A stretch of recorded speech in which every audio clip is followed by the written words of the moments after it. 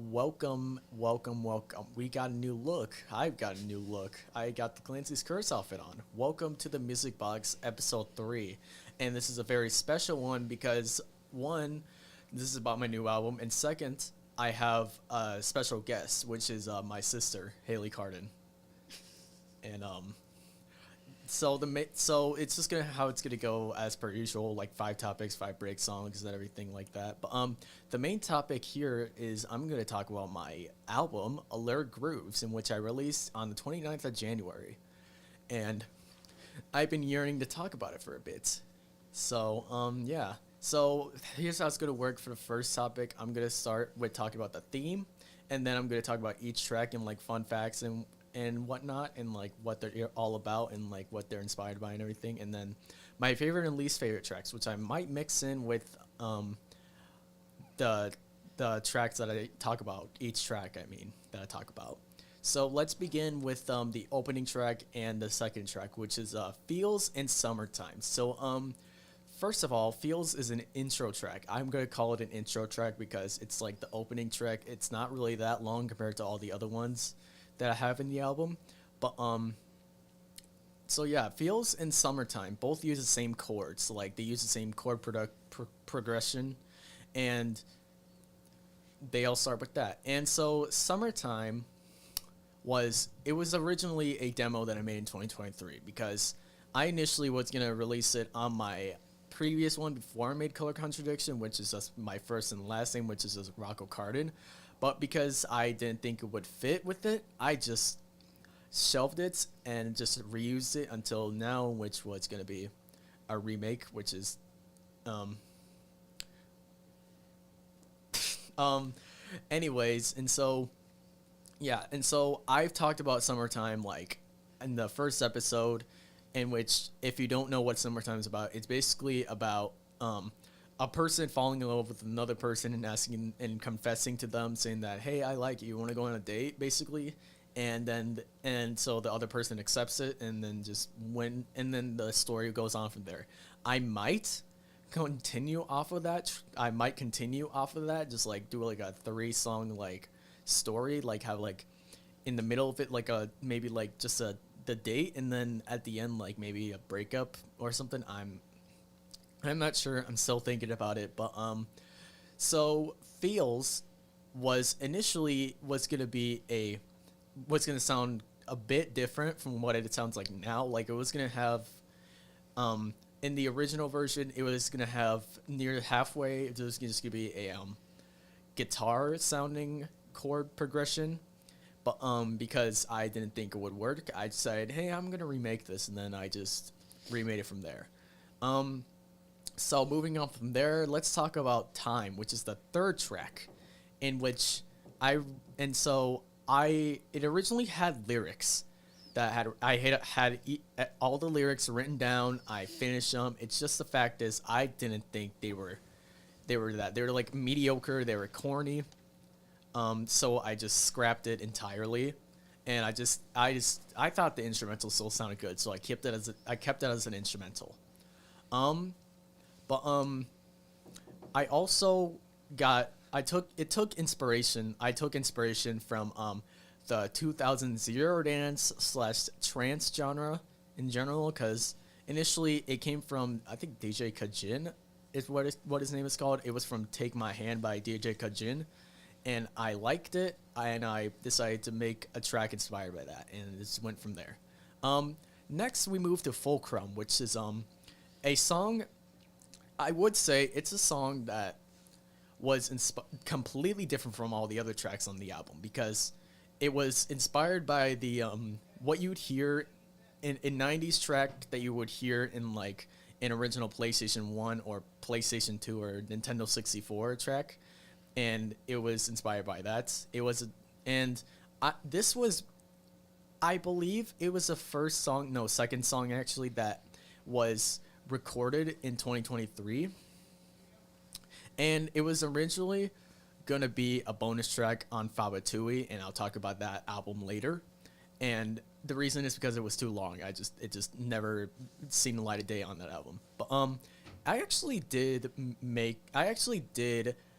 have this. I teased the song actually in back in camcorder comparison, which was a video I just compared two camcorders that I found in the career center, which actually I Harvoth let me have, and I just like made a video, and that was the intro track I used. Fruitiger Arrow's next, and Fruitiger Arrow was gonna sound a bit different, it was gonna sound a lot different for what it sounds like now. I might publish the demo maybe on the deluxe version of the track.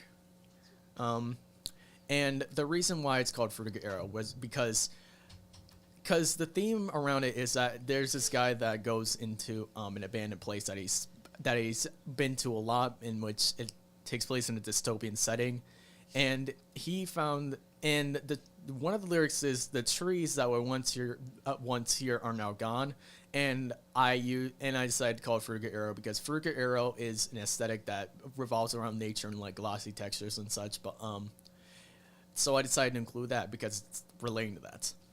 Feel It is next, or as I called it, F33L1T exclamation point. And I started recording this, and I decided, hey, why not include some chopped vocals and have the words "feel it" in it? And I decided, yeah, I could do that. And I wrote down a small freestyle. I'm not gonna say it because it has a swear word in it, and I'm not gonna say it. But I recorded it, chopped it up, pitched it up, and bit crushed it to oblivion, and I just like used that, and I just went on from there. It just like lingered throughout the track.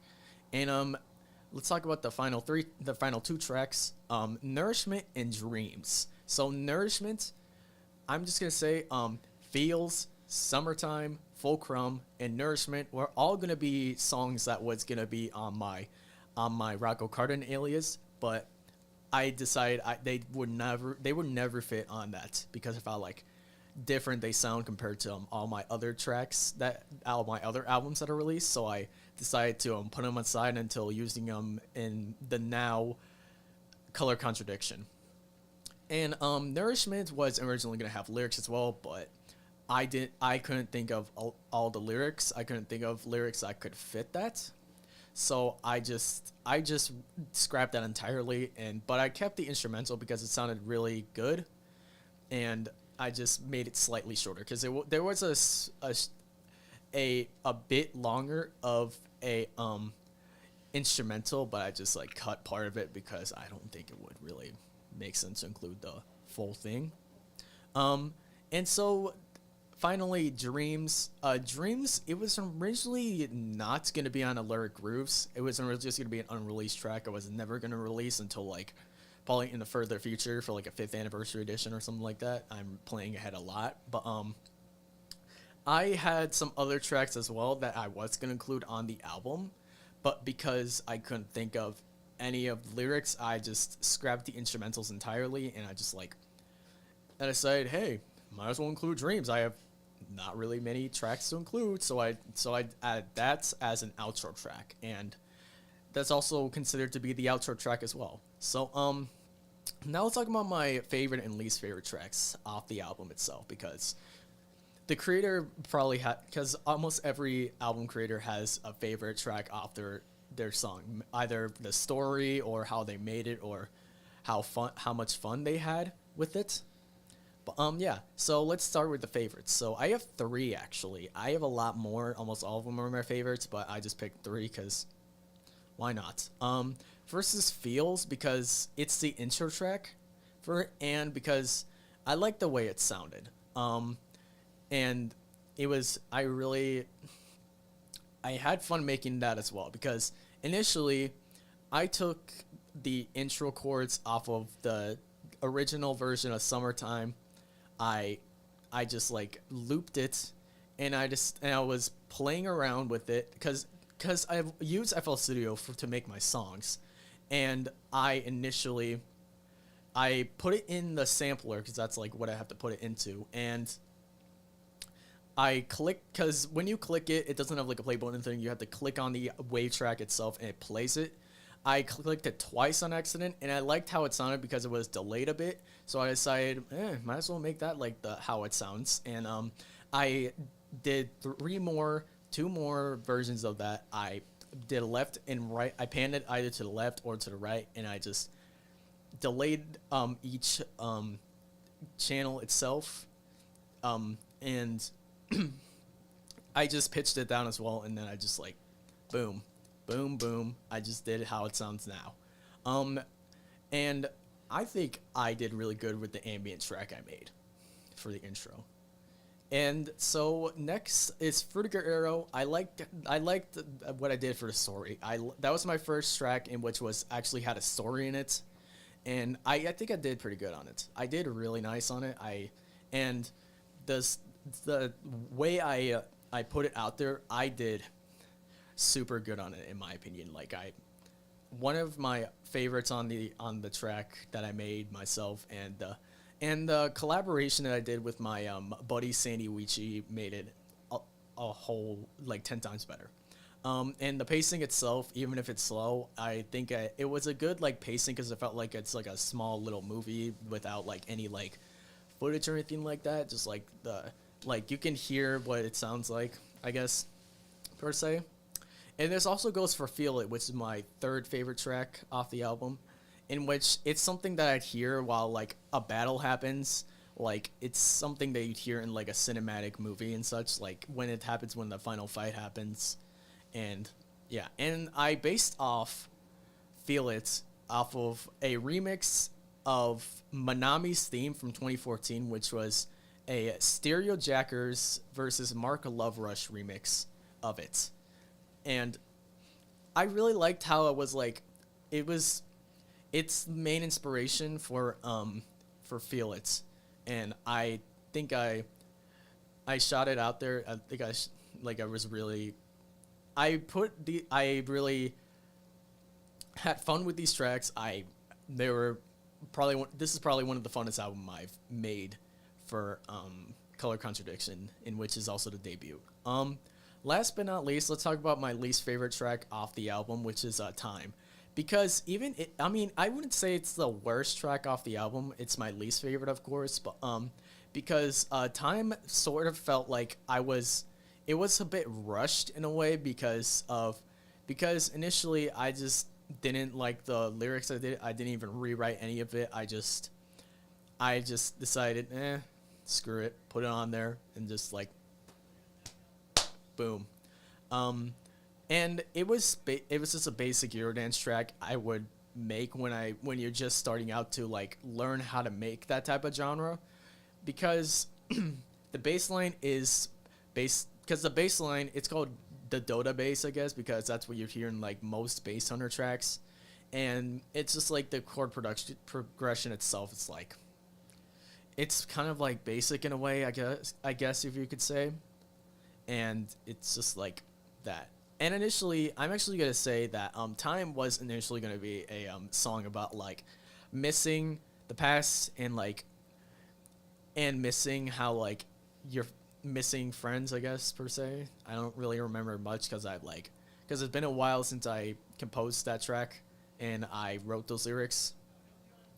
And yeah, so honorable mentions on some of my favorite tracks, I would say. Nourishment is another one of my tracks. It was the first track I released for the album. It was a debut single and a debut song itself for that alias.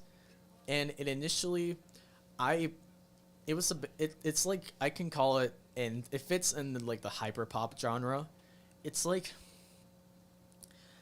I mean, it's a really fun track. This whole album is basically just an album where you can just like dance to it. It's like that type of track. Except for Vertigo Arrow, I don't think Vertigo Arrow fits under the category. It's like songs you can just dance to. It's like more tells a story. It tells a story. It's the only song that tells a story on this album, because everything else I just made for fun, and I just didn't really have much of a story to tell. Actually, never mind. Summertime's also one of those that tells a story too.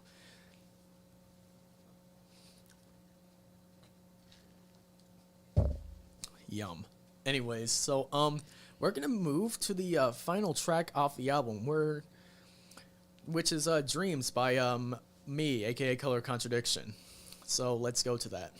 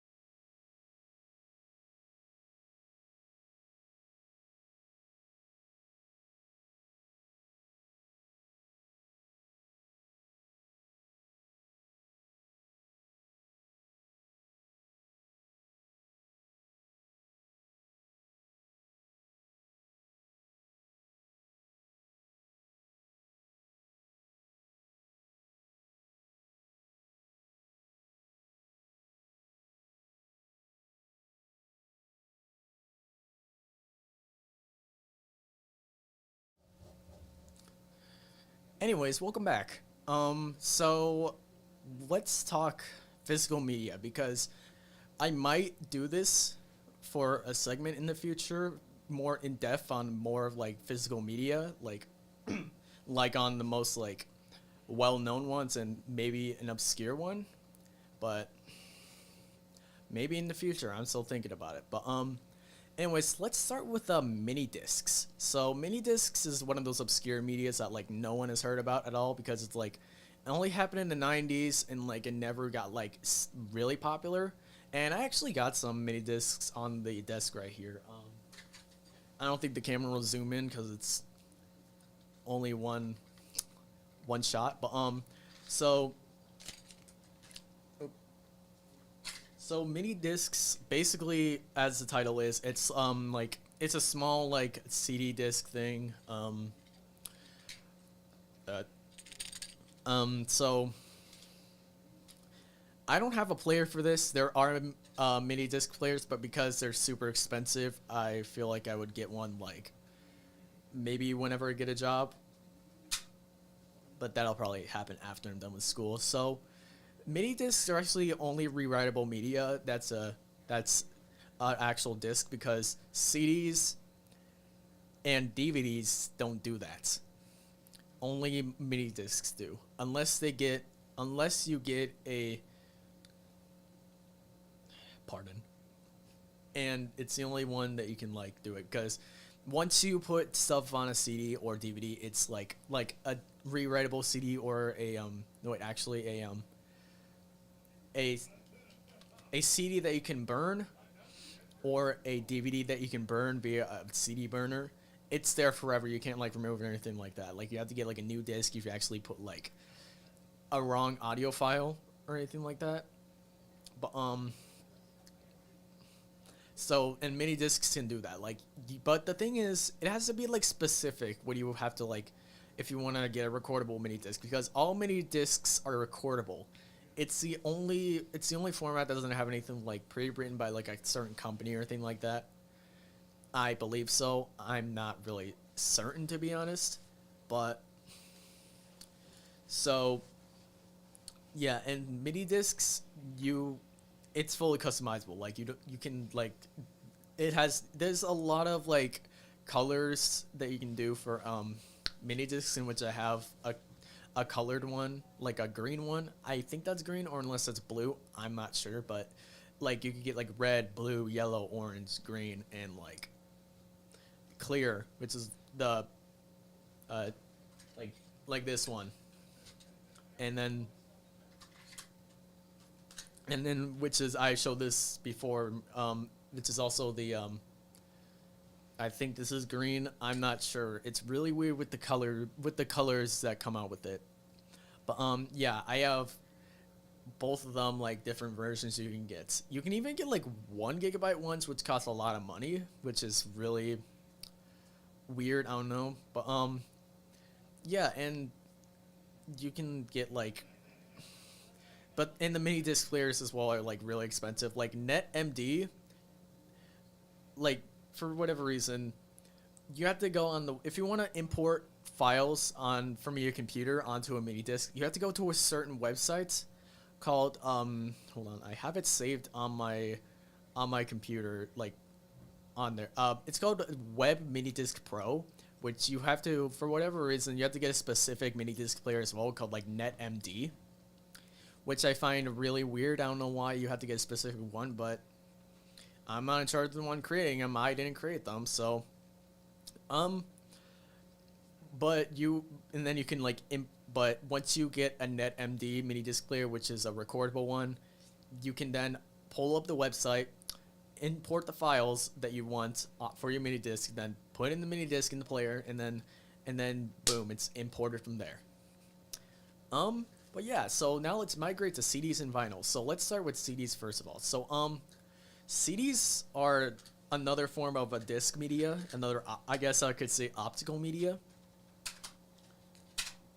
And it's another one of those things. Actually, this is one of those medias that you can get pre-recorded, like CD albums, like I guess let's just say Justin Bieber's changes, for example. I'm not really. There's a lot more that I can think of, but my mind just like can't think of that right now. But CDs you can get. They actually do have they have different names instead of just being called mini disc, like how mini discs are. They're just called like there's just regular CDs which you can find in like stores like Barnes and Noble, or any like record stores when if they sell CDs, and then they're called CD-RW, which stands for CD rewritable, and then there's CD-ROMs. There's a lot of different versions of CDs, but let's talk about how you hold CDs because I feel like some people that surprisingly don't know about CDs. Let I have to show. I'm gonna show you guys how to hold it. So I have I brought this in for one of the things to show what a CD looks like. I have this is just a spindle with a bunch of like blank CDs. I'm just gonna take this for example, which is and so this is how you have to hold it. You can either hold it like you can either hold the CDs like this. You can't hold it like this because that has like the media that your CD player has that reads off of that, because this is where you can like write stuff on. Like the top of this is where you can like write your CDs and stuff, like label and everything. And it's probably reflective. If y'all can see, I'm sorry, it's really reflective possibly because of how it is. But like this right here, I believe this is how if y'all can see this, then awesome.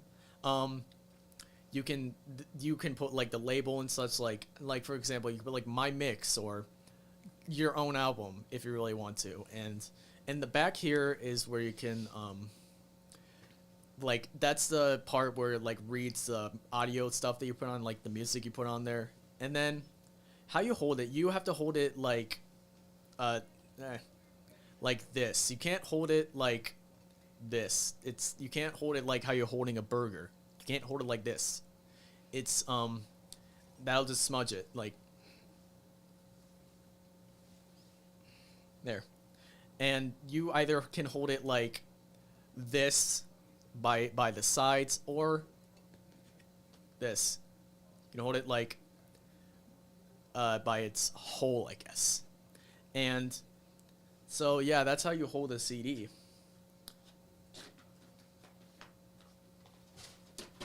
But so for whatever I've always been confused about how they play it and how it like reads it. And it actually, they use a laser to read the CD because compared to cassettes and such, like they have to use like I guess I don't know how to describe it. I guess I'm just gonna say knobs. Like they turn automatically and they like play the tape and it plays the sound from there. But it has a very different version. It like you have to make sure the lens or the laser per se is a little different. Like it has to see it. If you have like dirt or anything like that, it can't read it. Like CDs are the ones that you see the most out of anything. Like you can see it in DVDs, CDs, video games, or I believe that's it. I'm certain that's about it. But now I'll talk about vinyls. Now vinyls, they're not really my favorite format, to be honest. I mean, I'm not saying that in like the way of like the audio quality, because of course they have high audio quality. The quality that they use for vinyls is really good because of like, but the thing is, it's the way you have to be so delicate with it. Like you can't like, it's very weird with how you have to like hold it, because you have to hold it like upright. You can't hold it like how you hold CDs, like right up there. You can't like stack them on each other. You have to hold it like upright. It's really weird. I don't know why it does that, because apparently so it won't like warp, which is weird. But I mean, they use different materials because CDs use like, I think hard plastic, but I don't know. And then like vinyls like use, of course, vinyls. But yeah. So let's move to Latch by Disclosure.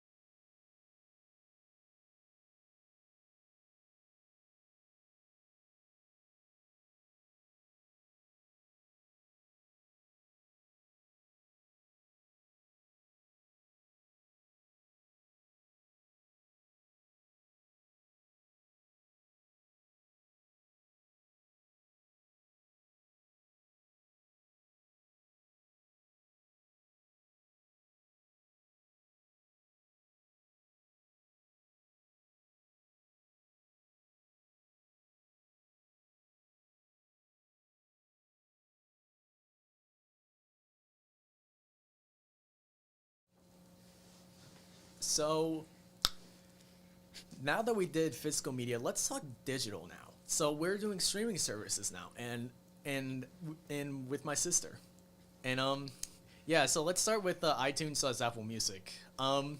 So this is mainly the ones that like me and my sister use for like most of it. I mean, she uses Spotify, in which I'll talk about Spotify later, in which I got a bone to pick with them. But Apple Music I've heard that people saying that Spotify also has this setting, but I've never seen it at all because I've used mainly Apple Music and such. But Apple Music has a setting which you could like change to EQ. You can change it from either rock, pop, electronic. There's a feature called Late Night, which just makes audio louder, which is interesting. I've used it before I got headphones, and then I switched it off.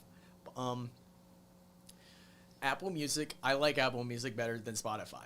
I know this is a very Peter Griffin type, Godfather type saying, but yeah, I like Apple Music better than Spotify because, well, I mean, of course, Apple Music, you have to pay the subscription to get everything, but it's like you get all the features if you want to. Like, you can't, like, it doesn't need, like, a free, like, version to, like, get people on there. Like, you could just, like, get it yourself. Like, you could get Apple Music, and then you have everything. Because Spotify has a free version of that. And it has, like, such a limited feature, which I don't get, which is, I find a bit dumb. But let's keep the focus on Apple Music and iTunes. And speaking of iTunes, I feel like iTunes was here before, of course, because iTunes has been around since like when Apple like released the iPod in like 2001. And I actually do have an iPod. It's just the fact is that it's like on its deathbed, and it won't work for whatever reason. Even if I charge it, it's like really weird. I don't know why. Maybe I probably have to like change the battery or something like that, but I'm not sure. Now, I gotta ask you, what you think of Apple Music? Like, is it good, or is it banging, or is it lame? Personally, I like Apple Music. It is kind of lame that you have to like pay for it if you have an iOS device, but that's just me. But I really like it. Personally, I use both Apple Music and Spotify. I use Spotify more for like my audiobooks, but Apple Music, I like it. They make your own stations. That's usually what, like, if I get ready in the morning, I'll ask my Echo to play me music, and usually she just plays it from, like, my station of what they think that I would like. I do like that they had switched over from iTunes to Apple Music, because now it's just one flat fee rather than paying per song.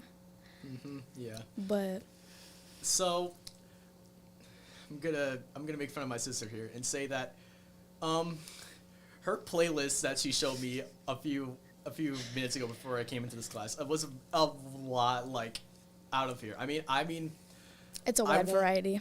Yeah, I wouldn't say, I'm not gonna really make fun of her a lot, because of course I have like a very like odd like music taste that's like everywhere. I listen to like pop, rap, electronic, and like I don't remember what else I have, but I think, oh yeah, and for whatever reason, Mozart and Beethoven, which is very different, but I mean, she mainly listened to country and rap, and then for whatever reason, I get like jump scared, and I get like Linkin Park's "Bleed It Out," or like for whatever reason, Limp Bizkit, which is I was confused on why she listens to Limp Bizkit, since I've never seen her listen to Limp Bizkit before, which I find You really got to throw the songs on shuffle. Yeah. Sometimes you'll get some Disney Channel songs. Sometimes you'll get some Christmas music. I got most of most of the songs that she listened. I got most of the like songs like Jonas Brothers and Justin Bieber from her, because she was a big Belieber and a big Joe Bros fan, which Still am. Don't get me wrong, Justin Bieber's. I love the Jonas Brothers as well. They have really good music, new and old. They all have really good music, and then Justin Bieber. He's good. I don't know. I mean, I feel like the hatred toward Justin Bieber is like how it's like a lot of like pop artists is like really like dumb. Like Like there was a lot of memes back then. It's like some about like disliking Justin Bieber, which I find rather stupid. But yeah, I think I'm in the same boat a bit of like getting made fun of for my music because I have a few people in my class that do. But let let's start with SoundCloud because that was the first streaming platform I uploaded to my music to, and it was exclusively to SoundCloud because for one, I didn't know how to use a like a website music distributor like how I use like Route Node and TuneCore, and third of all, it's like really simple. I just upload the track, put the album cover, and then boom, I upload it and such. And you can actually still find all my music that I uploaded onto SoundCloud like on SoundCloud still. I have never deleted it. I don't know why, but you can find my old music from 2019 all the way up to like 2021 music. I mean, I've started to upload more of my music to SoundCloud again, but mainly so I can like get an audience. So people know that like my music is relatively different from like what my music is now because while it's still the same as like how it is back then with like electronic, it's relatively different from like what it was before because back in SoundCloud I was just making music for fun. Like I was just pressing buttons, see which ones work, and then I went from there. And then now I'm actually getting more serious with my music. But now let's get more serious with talking about Spotify now. Like I said, I got a bone to pick with Spotify because about how dumb their free version is. Now, That's what they do. They yeah, get you. They want you to pay for but the premium. thing here is that why do you need premium to look at the lyrics? That's what genuinely confused me because I saw on the news that like Spotify just started to do where you can like view the lyrics on premium, which I find to be so dumb because I've never been like I'm because when I read because we're reading 1984 in class and I've never gotten bombarded with a with someone be like, hey, you should to read more about this go online. Like I've never seen that. Like why do I need to do that? Because it's basically the same thing. You have to read the lyrics if you want to know what they're saying. Why do you need that to know? But Spotify, why? It's dumb. I hate it, and the premium service is bad. Even though it's cheap, I think it's like 99 cents to like get it. I don't remember, but some of them like why do you? Because the thing here is that another thing is you are forced to be stuck on shuffle for your playlist, which why? Like why can't I just like play the song from there and then like play a song from my playlist and then shuffle from there? Because that's what I do on my playlist. Like I either play the latest songs that I added to my Apple Music playlist and then I press shuffle because I don't want it to like either end because sometimes I go to like the most latest song and it doesn't have anything after that and it just goes for the pure silence that I find stupid and it's dumb. Why do I need to only be stuck on shuffle? Because for some reason it doesn't even shuffle, it doesn't even play the songs that I have added to it. It just plays like the songs that like Spotify adds for me. Like, and some of them are AI, which I find to be dumb too. Like, why? And and if anyone says this, be like, oh, you're just broke if you can't buy Spotify Premium. And I feel like you're kind of missing the entire point of what I'm trying to say is that Spotify could, I mean, sure, Spotify does have like a few things where you can like skip, but it's only like 3 things per hour, and then you have to watch an ad. In which, why do you also need to buy a premium just to skip a song that you don't really like that Spotify adds for you? It's like dumb. Because I went to go listen to like one of my friends is a song that my friend made on the collab album we all made together, and it's like it just went to a random song. Like I don't remember what it's called. I'm just gonna say let's go. Let's just go crazy by Gnarls Barkley. Like it just goes to there. It doesn't even play anything from that album. Like I don't want you. I want the songs from that album. I don't want crazy. Like it's like I would listen to it on my own without the album, but like no, it's dumb. But yeah, so now let's go to Dua Lipa by Dance the Night by Dua Lipa.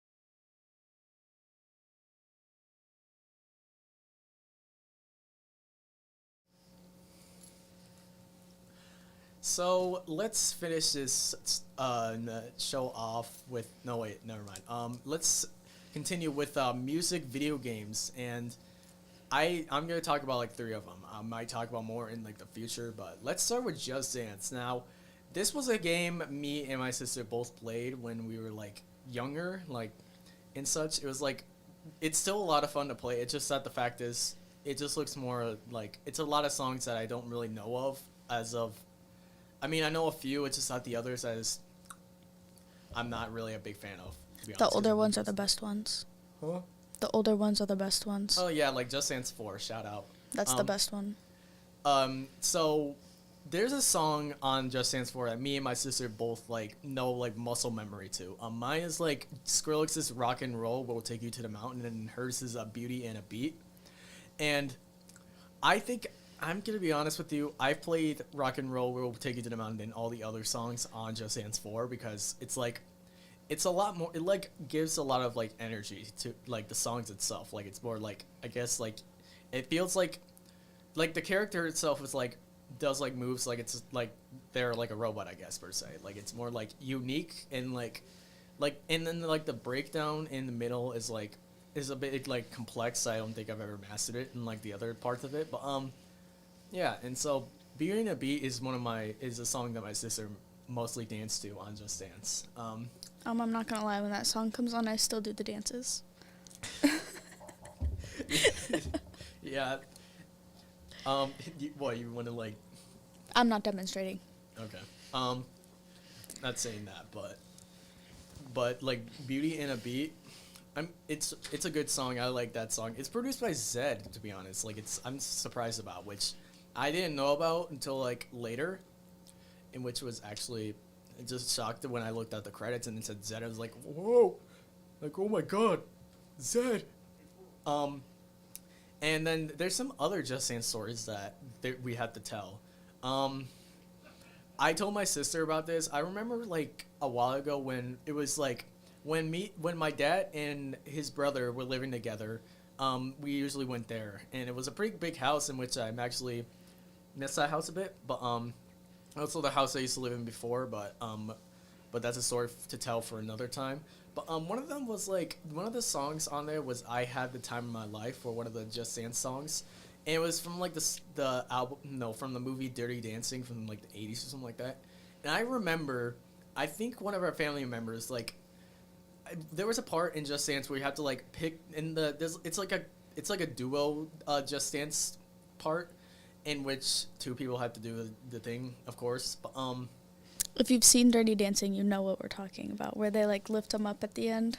And so I remember like in the middle of it, the one of the people in the duo, like picks up the other person and I think like throws them up in the air, I think, or unless it's like just holding them up and spinning around. Mm-hmm. And I remember, I think it was just like one of my family members like picked up another one and then just threw him up in the air, I think.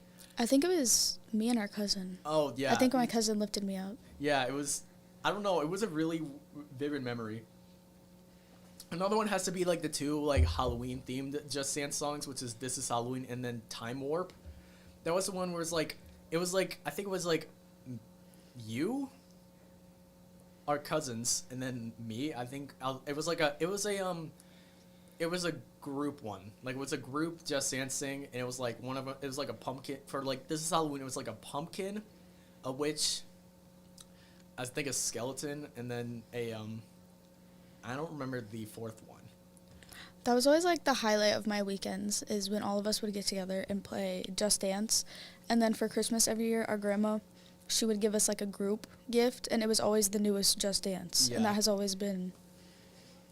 The tradition kind of continued when I would ask like my stepmom, hey, can you get like Just Dance, the newest Just Dance for us? And like, I guess the tradition still continues, I guess. Just grandma doesn't get it, and it just... our stepmom gets it. But speaking of Just Dance 4, let's go to a Beauty and a Beat by Justin Bieber.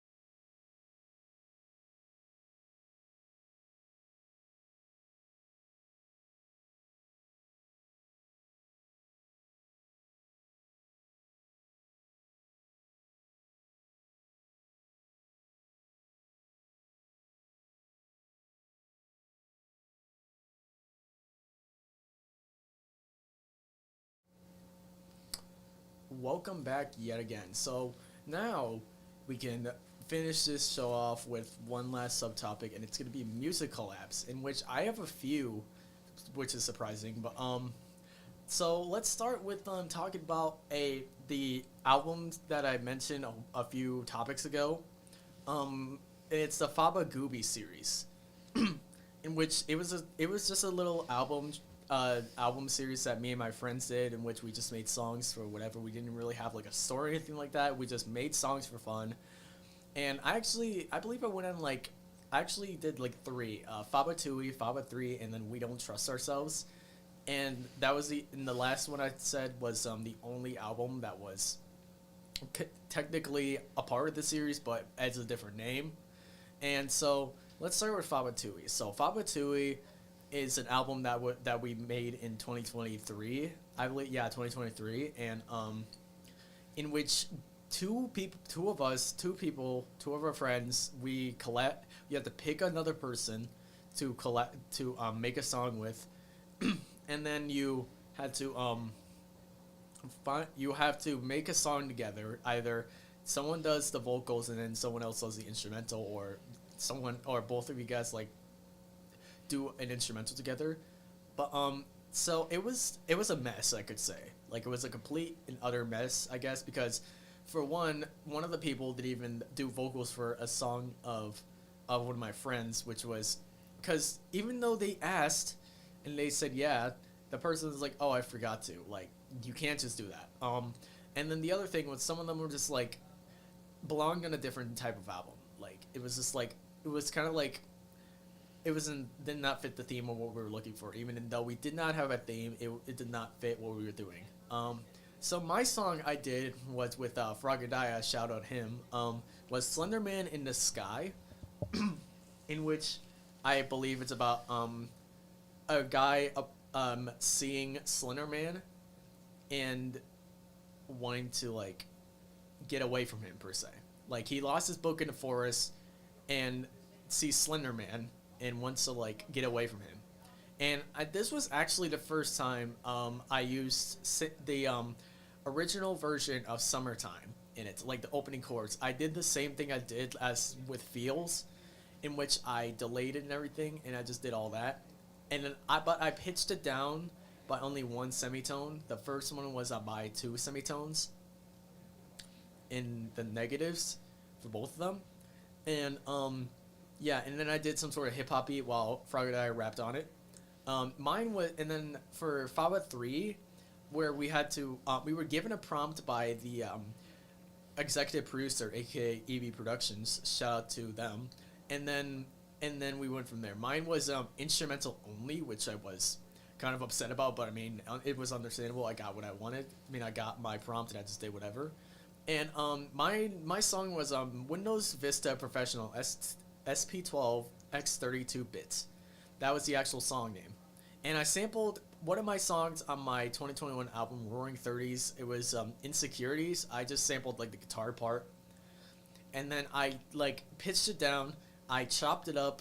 I used a reverse version, a slowed down version, and then the original version. I pitched them all down and then like chopped them up, and then I just went from there. I like did it Jay Dilla style, like where he chops